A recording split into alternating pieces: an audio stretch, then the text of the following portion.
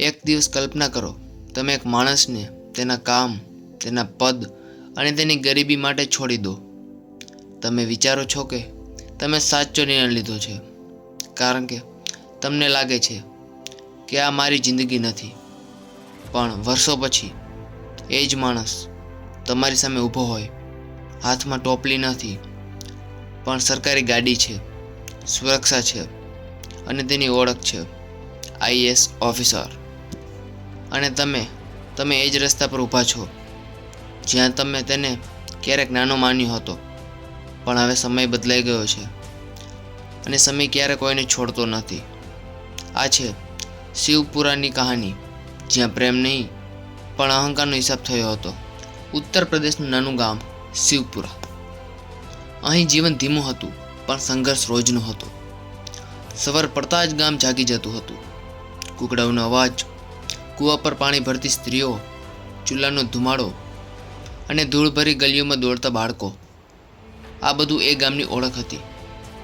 એ જ ગામની સાંકડી ગલીઓમાં રહેતો હતો એક યુવાન. નામ હતું રાજેશ્વર.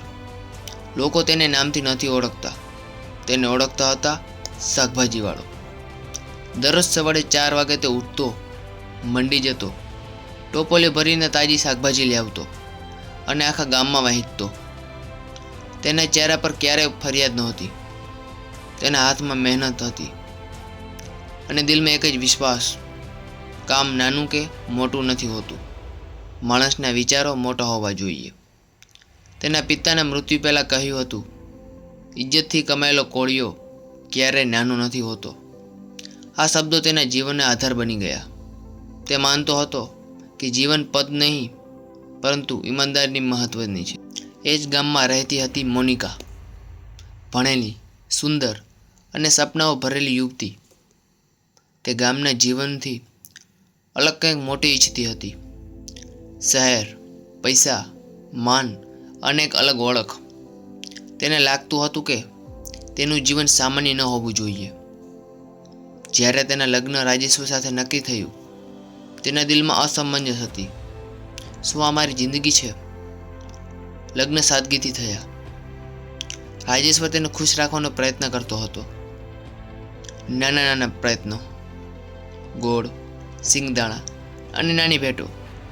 પણ મોનિકાના મનમાં ધીમે ધીમે તુલના શરૂ થઈ ગઈ. ગામની સ્ત્રીઓ કહેતી, શાકભાજીવાળાની વહુ આવી છે. આ શબ્દો તેના અહંકારને ઘાયલ કરી દેતા. તેને લાગતું હતું કે લોકો તેની મજાક ઉડાવે છે અને ધીમે ધીમે તે અંદરથી તૂટી રહી હતી.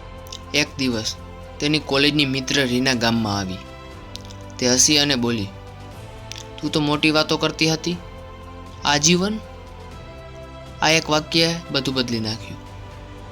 મોનિકાનું દિલ તૂટી ગયું અને અહંકાર જાગી ગયો. તે રાત્રે તેને પહેલીવાર રાજેશ્વરને કહ્યું, તમે બીજું કામ કેમ નથી કરતા? રાજેશ્વર શાંતિથી બોલ્યો, કામથી ઇજ્જત મળે છે મોનિકા. પણ મોનિકા એ સમય સમજવા તૈયાર નહોતી. તેના મનમાં હવે એક એ જ વિચાર હતો, મારે આ જીવન નથી જોઈએ. ધીરે ધીરે તે દૂર થવા લાગી. સવારે મોડું ઉઠવું, સાથે ન જવું અને તેના કામને હીન સમજવું. એક સાંજે ભારે વરસાદ પડી રહ્યો હતો. રાજેશ્વર ભીનો થઈને ઘરે આવ્યો. ટોપલી ખાલી હતી. તે થાકેલો હતો, પણ દિલમાં આશા હતી. પણ એ આશા તૂટી ગઈ. મોનિકાએ કહ્યું, હું આ જીવનમાં ખુશ નથી, હું જઈ રહી છું. રાજેશ્વર થોડો સમય ચૂપ રહ્યો. કોઈ ગુસ્સો નહીં, કોઈ વિનંતી નહીં, ફક્ત એક શાંતિ. અને એ શાંતિએ એક નવા રાજેશ્વરને જન્મ આપ્યો. એ રાત્રે તેને નક્કી કર્યું, હવે હું મારી ઓળખ બનાવીશ. દિવસે તે શાકભાજી વેચતો, રાત્રે ભણતો. ફાનસની રોશનીમાં પુસ્તકો ખુલતા. બંધારણ, ઇતિહાસ, અર્થશાસ્ત્ર. તે દરેક પાને પોતાને શોધતો ગયો. તે સમજતો ગયો કે જીવન માત્ર કામ નથી, પણ વિચાર છે. લોકો હસતા અને કહેતા, શાકભાજીવાળો આઈએએસ બનશે. પણ તે અટક્યો નહીં. તે શહેરની લાઇબ્રેરી જવા લાગ્યો. 15 કિલોમીટર સાયકલ ચલાવતો. ક્યારેક ભૂખ્યા પેટે પણ ભણતો. પણ તેની આંખમાં એક જ આગ હતી, મારે મારી ઓળખ બદલવી છે. ધીરે ધીરે પરિણામ આવ્યા.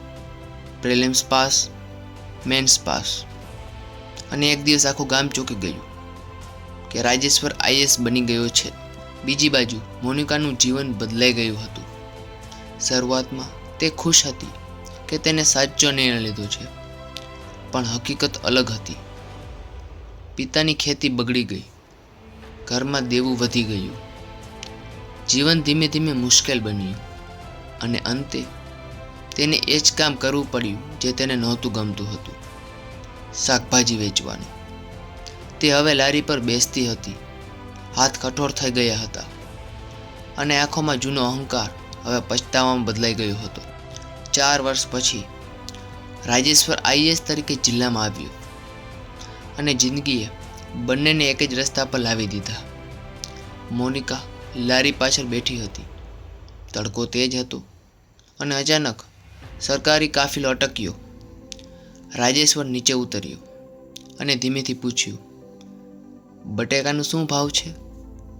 મોનિકા હચમચી ગઈ, આંખોમાં આંસુ આવી ગયા. સમય એક ક્ષણ માટે અટકી ગયો. આ મુલાકાતમાં કોઈ બદલો નહોતો, ફક્ત સમજ હતી. મોનિકાએ કહ્યું, મેં ભૂલ કરી. રાજેશ્વરે કહ્યું, નસીબ નહીં, આપણા નિયત જીવન બનાવે છે.